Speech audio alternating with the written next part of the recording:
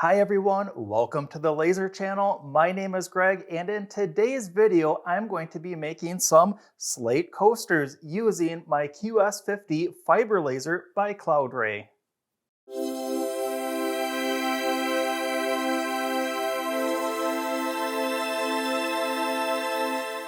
Thanks for joining me for another video on the Laser channel. Today's video is going to be relatively short, and that's because this QS-50 fiber laser is going to make some very quick work of these Slate coasters. This is just one of the benefits of using a fiber laser on today's project. A fiber laser is insanely fast, and it can still maintain all of the fine, intricate detail needed on the Slate coasters. In just a second, we're going to check out the graphic that I'm using in Lightburn software.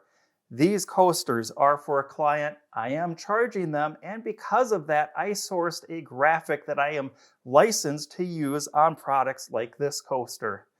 My source for licensed graphics is my Adobe software subscription. It makes sense for me to have that subscription with the included access to these graphics because I do a lot of photo and video editing, such as, well, the video that you're watching right now. However, if this coaster was for personal use, I'd be more than happy to head over to pixabay.com and search any number of thousands of graphics that are accessed for free. This is a really nice golf-themed coaster that I'll be making. It has elements of a golf ball, it has the golf swing, and it has this like crescent moon swoosh through here. That is pretty neat. And we're going to see that I have a tool layer around the very outside. And with that highlighted, we'll see that it is a 4-inch round circle. And that 4-inch round circle, as you may have guessed it, is going to match the 4 inches of this coaster. That way I know that when I frame this out, this red line gets lined up to here, and that will ensure that my graphic is perfectly centered up within the coaster. Looking at my layout, we're also going to notice that it is off center from the center of the workspace. Normally, this is put directly underneath the laser beam. However, we're going to see that I have two of these aluminum guides that are included with the machine. Those are bolted down so that I can very quickly place and replace new blanks within here. And then using this foot switch, I can just simply tell the machine to start the next coaster. It's going to make batching this quantity of 8 coasters very quick and very easy. And one of the really neat things about Slate coasters is they engrave very easily. I made this on a different project video using a 5-watt laser diode. This is 50 watts of fiber laser, so I don't need to use all of the power to mark a blank coaster. However, what I can do is crank the speed way up, and let's go back into Lightburn and check out some of the settings that I'll be using. I'm on layer 00. I have my mode set to fill, and my speed is 1,200 millimeters per second. You're reading that correct. That is not millimeters per minute. That is millimeters per second. I have a power level of 50%, running at 90 hertz. My interval per millimeter is 0.0254, and when we double click on that layer, that 0.254 equates to 1,000 lines per inch. Now in comparison, on this laser diode that it took around 10 minutes, maybe a little bit less, I was running around 300 lines per inch just to keep the engraving time down. Here, I'm running over triple the amount of lines of resolution, so I'm going to get some pretty insane detail off of this machine. We're also going to see that I have crosshatch enabled, and it is at a 45-degree angle. As I mentioned, this coaster made with a laser diode took a little bit less than 10 minutes. On this project, I want to come up to the TV screen or the preview button here and click on that. And we're going to see that this project is going to be then less than half of that at an estimated time of 4 minutes, 40 seconds. Now, this project, I'm going over it twice with that cross-hatching. I'm going for quality over rather than quantity. There's a couple things I can do here though. I'll go back into my layer and I'm going to turn that crosshatch off. That's effectively going to greatly reduce the amount of time I need for this project. And of course, as we guessed, it's roughly half that time at now 2 minutes and 21 seconds. If I want to compare apples to apples of this laser diode coaster up to the fiber laser, I will go back and change my lines per inch from 1000 down to 300 to match that laser diode. And now we're going to see everything being equal. This was about 10 minutes. This is going to do it in under 1 minute with an estimated time of really 42 seconds to engrave a coaster.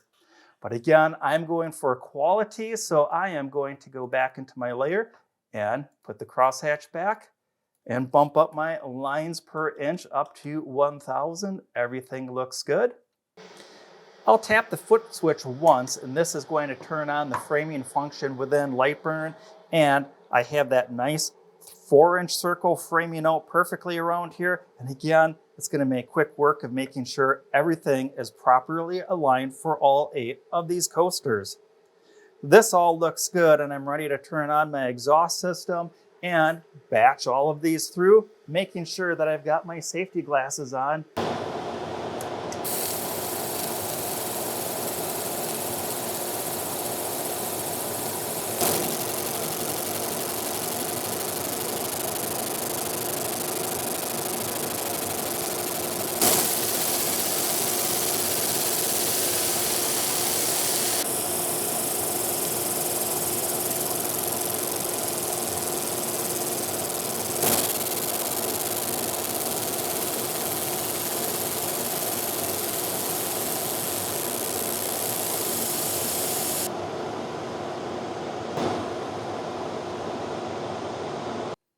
Some of you that might be familiar with fiber lasers might be wondering why I'm running this so slow when I could be going 2 to 3 times faster. And that's because after I do the first coaster, I get a glass of water and I want to test this coaster out for maximum quality. I get my finger wet and I go across the surface, and what I want to see is the engraving still coming through even though the coaster is wet. These coasters aren't just for decoration. These are going to be put to use, and I want to make sure that my client, when they're using them, still has the graphic coming through even when their glass is sweating onto the coaster. If I run at a higher speed, I don't get this high contrast coming through, but I do want to show you, if this isn't important to you, if you're making more of a decorative coaster, I'm going to crank the speed up on this machine with one of the extra coasters that I have and show you just how fast this can really go. Let's go back into Lightburn and check out the setting that I'll be using. I'm going to go from 1200 millimeters per second up to 3500 millimeters per second. I'm going to bump the power level from 50 to 75%. The frequency is going to be the same, and the line interval is going to be the same. This previously took 4 minutes and 40 seconds, and I now cut the time in half, less than half, at 2 minutes, 8 seconds.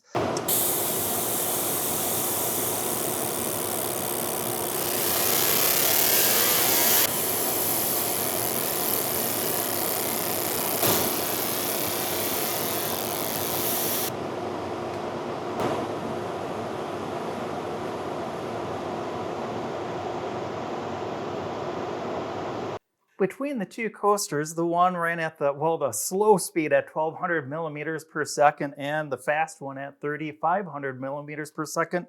They look pretty similar. However, we'll see that the slower one is a little bit brighter, and this seems to be a little bit more gray. And when I do the wet finger test, we're going to see that the one that I did very fast, most of the image disappears. However, on that slower one, once again, just for the contrast, we'll see that the image still comes through very bold and very bright. And this is what I'm looking for my clients. Thanks for joining me in this video. I hope that you were able to glimpse some more knowledge and learn something about the QS-50 fiber laser by Cloudray. If you'd like to know more about this machine and the rest of the product line from Cloudray, I will have links in the description down below. I hope that you liked this video. If you did, show it some love by giving it a like, subscribe to the channel, or ring that subscription bell. That way you'll know the next time a great video like this comes out. Thanks for watching, and until next time, learn, create, and share.